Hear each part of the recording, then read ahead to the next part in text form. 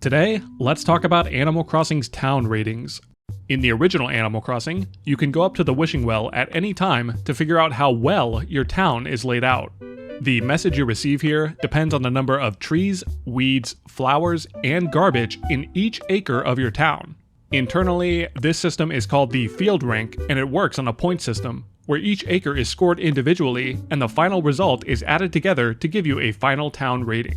So the natural question is, what is the highest possible town rating that you can receive? Or maybe you're curious about the worst scoring town possible. Let's discuss both scenarios and create the perfect and the worst town possible.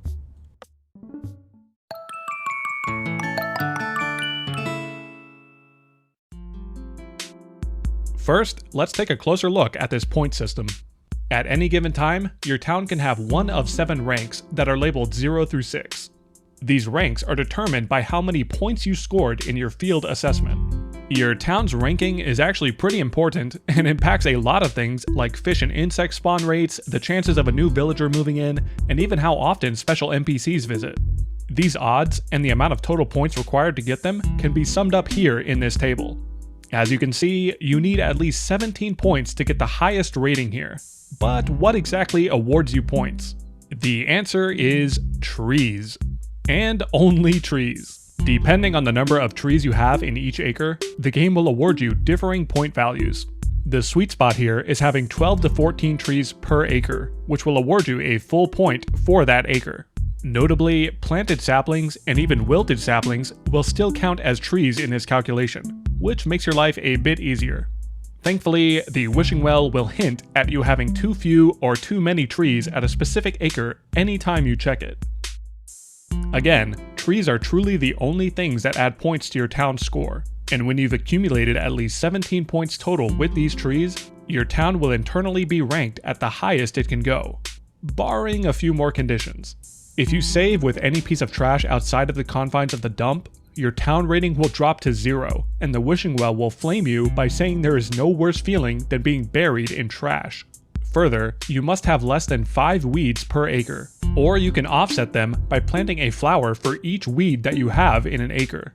Finally, to achieve a perfect town rating, most acres in the game must contribute points to your field ranking, meaning there must be at least 9 trees in most acres. The exceptions to this rule are the train station, player houses, museum, lake, and beach acres, which can contribute points but are not required to attain a perfect status. And that's really all there is to your field ranking. So with all the points understood, we're ready to construct the best town possible according to the game. But first, let's take a bit of a music break. And oh wow, it's the song from today's sponsor, Ensemble Stars Music. Based on the popular Japanese idol franchise, Ensemble Stars Music is a rhythm game where you can build your own lineup of idols and take the stage with dozens of unique songs. Tap to the rhythm and strive to get the highest scores in live stage, and enjoy playing through a full dedicated story with tons of memorable characters. When you're not performing, you can take up your management skills by designing your office or scout for talent as you build up your idol company. Ensemble Stars Music is currently celebrating its 3rd anniversary, with an original scouting opportunity to recruit the new Kaoru Hakaze, alongside limited outfits and dynamic effects. There are also tons of celebration bonuses and events, including free scout tickets, revival themes, and a chance to win big by rolling the dice in the new Cutie Party board. There's truly no better time to get started, and you can download Ensemble Stars Music for free on PC, the App Store, or the Google Play Store today. Back to the video, let's finally calculate the max points that your town can score. This isn't too hard since with optimal tree placement, each acre can only give a maximum of 1 point. So with 30 acres in the game, the maximum points your town can receive is 30. In-game, this perfect town is kind of bland since it's really only 12 trees per acre, but this does actually take quite a lot of time to set up and count each tree. With 12 trees per acre, if you're going for the max score, you'll need 360 trees planted in your town, which is quite a lot. Notably, you can also enable the game's debug mode to check your field ranking at any time. By pressing right on the C-stick with the controller in port 2, these magenta numbers will pop up. The first line here prints the total number of trees, flowers, and weeds in your town. The second line prints the total number of acres that are currently awarding a full point, a half point, and 0 points. And the third line displays your town's current field ranking depending on your points. So if you're aiming for the max score town, you'll need this number here to say 30, which indicates 30 perfect acres. Of course, getting the max points of 30 is actually superfluous since your actual field ranking caps out at 6 once you hit 17 points. Maintaining this rank for 15 days straight is actually how you get the golden axe in this game, which is given to you by the mythical character, Farley. A lot of newer Animal Crossing fans have probably never even heard about this character, and I guess that's because he only shows up in this one instance of the game, and has not appeared or even been mentioned in the series ever since. He simply has this single bit of dialogue before disappearing permanently. Although a cool thing about Farley is that they actually gave him a unique voice in this game, since no other villagers in the entire game talk in this tone. Farley was also specifically added to the English localization of Animal Crossing, as this character was not present in the previous Japanese releases. He was also printed an e-reader card, and these cards usually show a symbol indicating what species the character is. However, Farley's card shows a little staff symbol instead, meaning we don't even know what Farley actually is. He kinda looks like a human, or maybe like a wizard? Well, at least the Italian localizers thought so, since in that game, they call him Gandolfo, which is a funny nod to his appearance resembling Gandalf from Lord of the Rings, which was a movie that came out during the European localization. Anyways, meeting Farley and getting the axe is the main reason to maintain a perfect rating, but now you know how to get max points if you want to overachieve. Of course, the field ranking is not the only thing that makes up a town, as we also have 4 player houses that are individually scored by the Happy Room Academy. All of your houses are assessed based on the furniture and layout of the interior, and if you ever change your home's layout, a new score will be sent to you in the mail by the HRA. Unlike your field ranking, your HRA score is theoretically unlimited and is only capped by the amount of items that you can fit in your house. I actually did an entire video on this topic over a year and a half ago, detailing the methodology and layouts used to get the highest scores.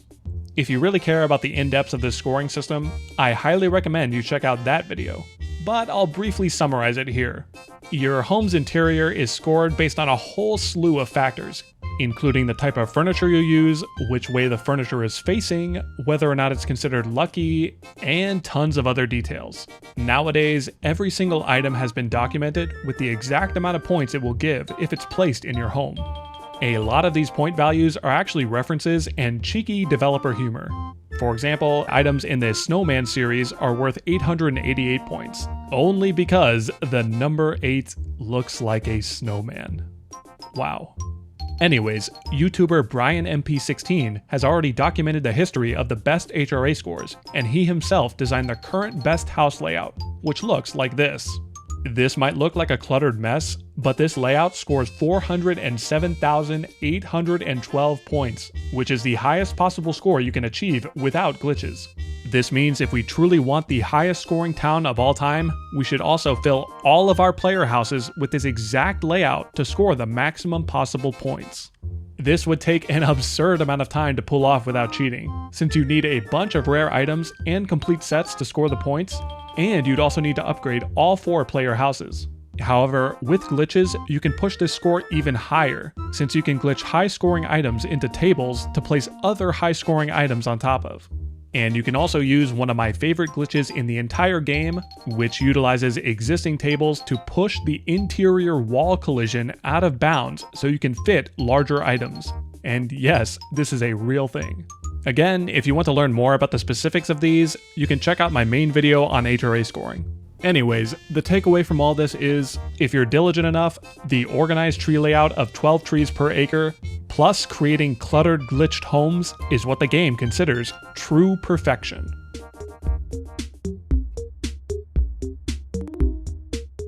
Perhaps more interesting, what if we wanted to make the worst town possible and live amongst trash?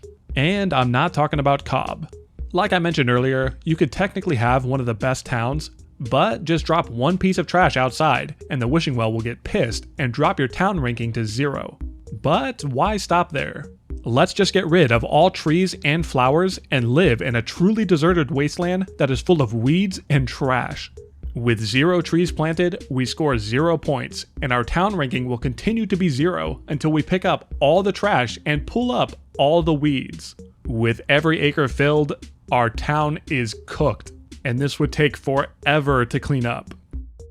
So now, how do we match our house interior to be equally garbage? Unlike the field ranking, the HRA can actually deduct points for various reasons.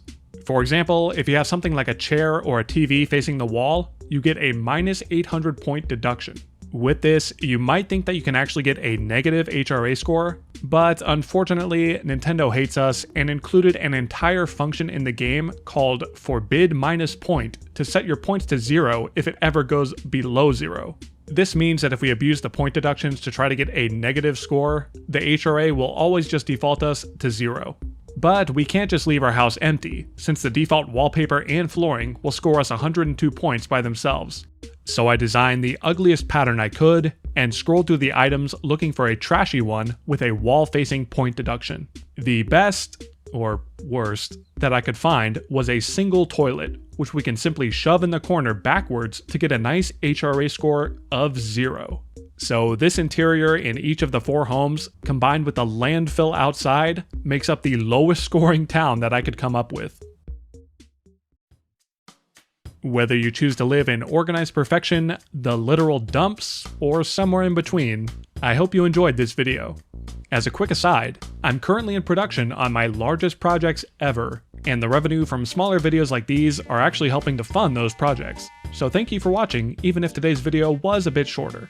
Very special thank you to my community supporters Lunascape, Cynthia, Dylan Trudeau, Silly Marina, Villager, Tarumi, Pidge01, Japan Eat, Kai D, Comfyboy404, Tammy's Head, Bobby Nard, Comfy, Fawny, Tenchi Prime, Goose Fart, Idrin, Cray, Puff, Highly in Descent, Calidor, Sarkia, Lock and Key 24, and Antonaz.